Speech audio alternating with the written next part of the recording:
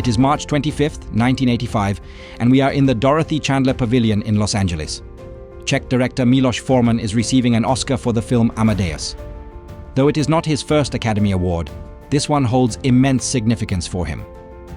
The making of this film allowed him to return to his native Czechoslovakia after nearly 20 years and reunite with his sons after years of separation. Yes, filming in Czechoslovakia was not easy. Forman's crew was closely monitored by communist secret police.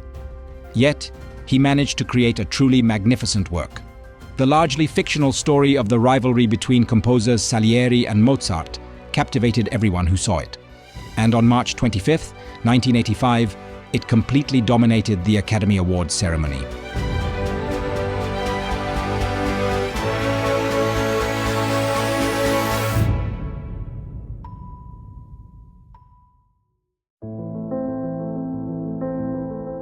Miloš Forman was born in Čáslav in 1932. His father, Rudolf, was a high school teacher, and his mother, Anna, ran a guest house in northern Bohemia, where Forman spent much of his childhood. However, life was harsh on him from the very beginning. Both of his parents were sent to concentration camps, where they died. Young Miloš, with his suitcase in hand, moved from one relative to another until 1946, when he enrolled in a boarding school in Poděbrady. It was a prestigious institution where children of war victims studied alongside the offspring of communist officials and wealthier capitalists. Among his classmates was the future president, Václav Havel. After failing the entrance exams for theatre faculty in Prague, he eventually studied screenwriting at the Film Academy. It was the 1960s, and every dialogue had to be carefully approved by the Communist Party. Art was dominated by propaganda. However, the so-called new wave of young Czech filmmakers, including Forman, had different plans for cinema. He first gained significant attention with the film Audition. The movie, about a singing audition, had no strong plotline, but fascinated audiences with its authenticity. One of the participants was the young actress Vera Křesadlová, who captivated Forman. And before long, the already once divorced director was expecting twins with her.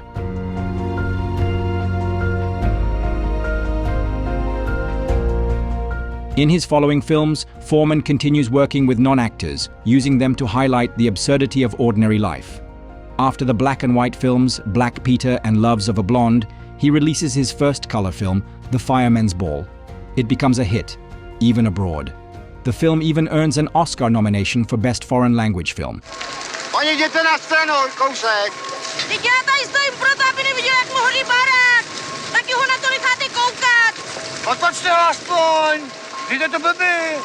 Tak se jenom otočte!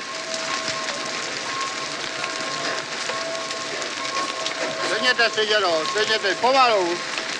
No, teď se tam stejně dívá! Miloš Forman is now a well-known name, but then comes the Soviet invasion of Czechoslovakia in 1968, and creative freedom once again disappears. Forman, along with his wife Vera and their twins Peter and Matěj, moves to Paris. However, he is unable to find work there, so when American producers offer him the chance to direct Taking Off, he eagerly accepts. Even though Vera decides to return to Prague with the children, he moves to the United States alone. This is a joint. The joint has two ends. Take the joint with the open end facing you, firmly between your thumb and index fingers, like this. After the initial excitement, Forman quickly faces a harsh reality in America. The local audience and critics receive the film with only lukewarm reactions. As was typical for Forman's style, the story seems to simply stop rather than follow a traditional dramatic climax, something American viewers are used to. Along with this creative setback, he also experiences personal hardship. It is 1971, and Miloš Forman is alone in New York, a metropolis where a few office buildings hold as many people as his hometown of Čáslav. He has no money and is living on credit at the Chelsea Hotel. Yet, he refuses to return home as a failure. Instead, he asks the communists to extend his exit permit. The Czechoslovak government agrees, but only if he collects the documents in person in Prague. He realizes that it's a trap. They would not let him return back to America. He decides to stay, even without the necessary papers, permanently closing the door to his homeland.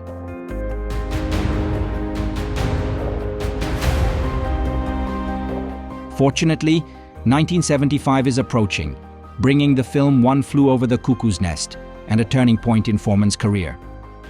When producer Michael Douglas was searching for the right director, the approach of a man from Eastern Europe captivated him. While other candidates dodged questions in the typical American way and refused to reveal any details without a contract, Forman was completely open. We were a little nervous because we heard he had not left the Chelsea Hotel in over a year. But here he is, he comes on out and he sat down on page 1. Thanks to this, and possibly also due to his difficult situation, which suggested he would take the job even for a lower fee, he was ultimately the one who took the direction.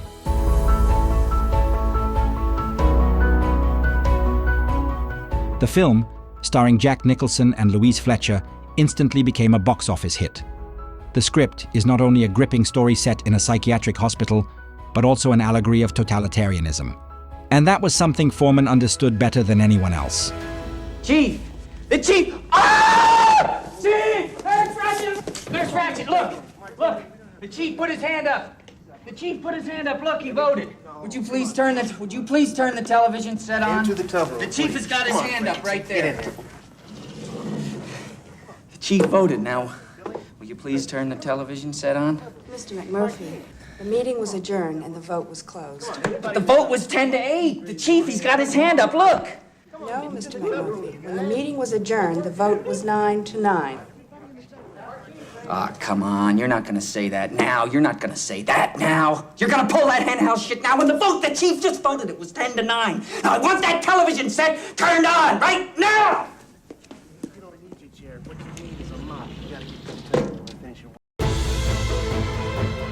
The film received a total of 9 Oscar nominations, and given the situation in Czechoslovakia, it was almost unbelievable that Forman's 11-year-old twins were granted permission to travel to the award ceremony. Although both boys slept through most of the event, they still witnessed a historic moment. Miloš Forman. Their father's film won Academy Awards in all 5 major categories: Best Actor, Best Actress, Best Screenplay, Best Director, and Best Picture. Before this, Only It Happened One Night in 1934 had achieved the same feat, and later, The Silence of the Lambs in 1992.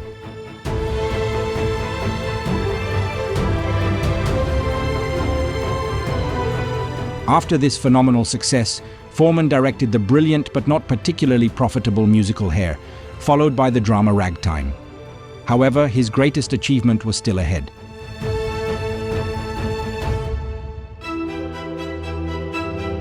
At the end of 1979, Forman is in London when his agent calls and invites him to the theatre. The director agrees, but when he finds out in the taxi that the play is about Mozart, he nearly gets out. He had seen plenty of productions about composers back in Czechoslovakia, and they were always boring. However, what he witnesses that night in London, the play Amadeus by British playwright Peter Shaffer, completely captivates him. He decides that this story must be brought to the big screen. From the very beginning, he knows he wants to film in Czechoslovakia. The desire to return home is overwhelming. And the local authorities, enticed by US dollars, eventually agree to shoot the Hollywood epic in socialist Czechoslovakia. Perhaps because of this, Amadeus is created in the form we know today. I think he functioned as he doesn't function all the time. He was in his element. He was at home. Forman also brought several Czechs onto the team. Miroslav Ondřiček handled the cinematography. Theodor Pistek designed the costumes, and Karel Černý contributed to the production design. Next measure's rising. You have it? Yes, I Show think me. so.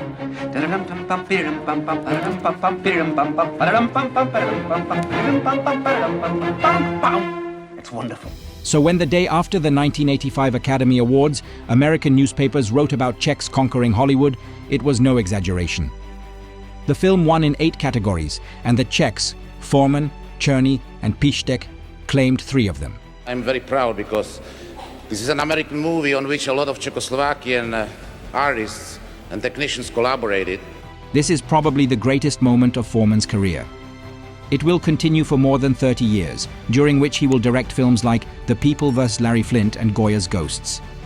He will marry for the third time and become the father of another set of twins, Andy and Jim. He will also continue teaching at Columbia University, and in 2009, together with his older sons, he will be involved in the staging of Jiří Suchý and Jiří Schlitter's jazz opera, A Well-Paid Walk at the National Theatre in Prague.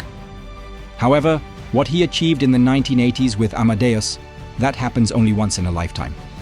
He created a masterpiece and, at the same time, made his homeland famous. And he did it not with the help of the regime of the time, but in spite of it.